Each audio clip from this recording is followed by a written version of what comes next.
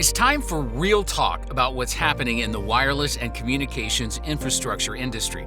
Well, let me tell you, if you rely on a cell phone, which I bet you do, this is something you should care about because contractors, those that have been the backbone of network expansion, are struggling like never before. Why? Because the way carriers operate today seems to be extremely beneficial for them, but for small and mid-sized businesses, it's almost impossible to stay profitable. Let's break it down. One of the biggest headaches? The pricing model.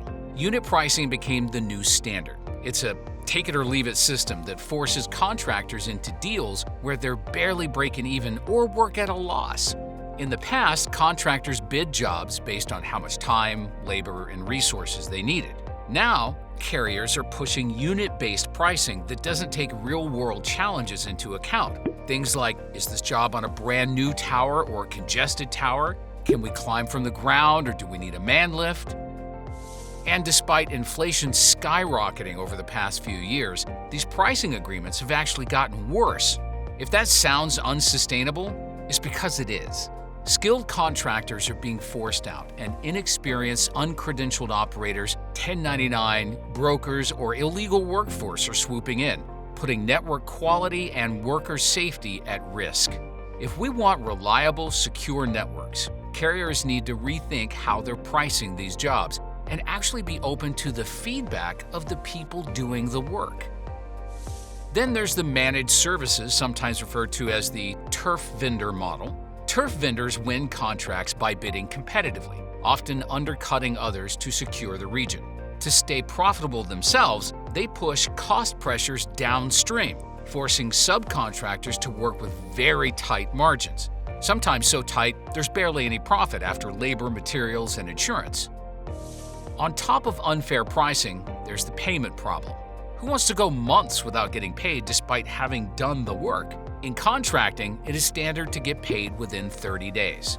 Now, contractors are waiting 60, 90 days, or even longer to get paid. That's months of covering payroll and operating costs without seeing a dime.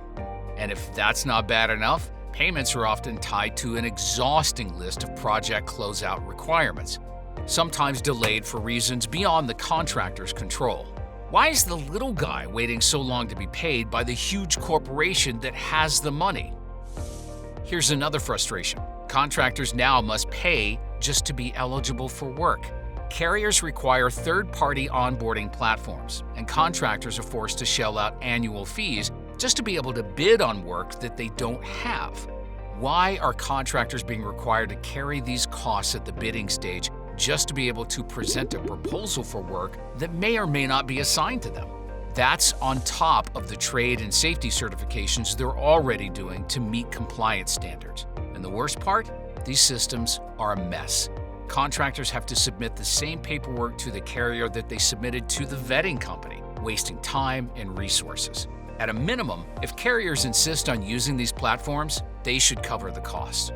Why should contractors cover the costs of the carrier's vendors? A growing issue is contractors being required to store carrier equipment at their own facilities without any compensation. We're expected to inventory, insure, and even replace lost equipment at no cost, all while holding on to expensive gear for months with no clear timeline for use. That's valuable space and money tied up for free. This needs to change. Carriers should either pay for storage or commit to realistic project timelines. On top of storage issues, material handling is getting more unreasonable. Some carriers are now forcing contractors to buy materials from specific suppliers, but not covering the costs that come with it. Things like storage, handling, distribution, and administrative overhead, all of that falls on the contractor. And if a crane is needed, there's usually a 5% markup cap on cost reimbursement, which isn't even close to what it actually takes to carry the significant cost and liability of cranes and other rental equipment. This isn't sustainable, and it's pushing experienced contractors to the brink. Then there's the master service agreements, legal contracts that are completely one-sided in favor of the carriers. They dump all the risk on the contractors, force them to take on extra responsibilities without additional pay, and give zero room for negotiation. A good contract protects the risk and exposure of both sides. MSAs don't hold the carriers accountable for their non-performance or their own fair share of liability. They can delay payment 90 days, and there's no contractual consequence to it. Is that fair? This isn't just a laundry list of complaints. These are the realities that contractors and vendors face every single day. And anyone doing this work and dealing with carriers and turf vendors knows it.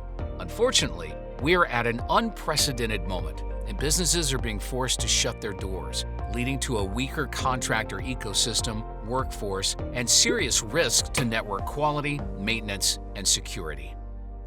But there's hope. Organizations like NATE have been pushing for change, meeting with carrier executives, the FCC, and fighting for fairer agreements. The majority of our NATE member companies are small businesses and have fewer than 100 employees. These are small companies ran by people that are giving it all to help America keep connected. Bottom line, we need action now.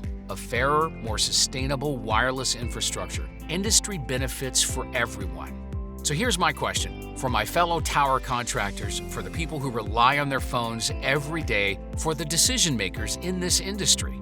What's it going to take to change this before all the good companies and workforce are gone and it's too late? It's time to work together to do better for all stakeholders in the ecosystem to thrive.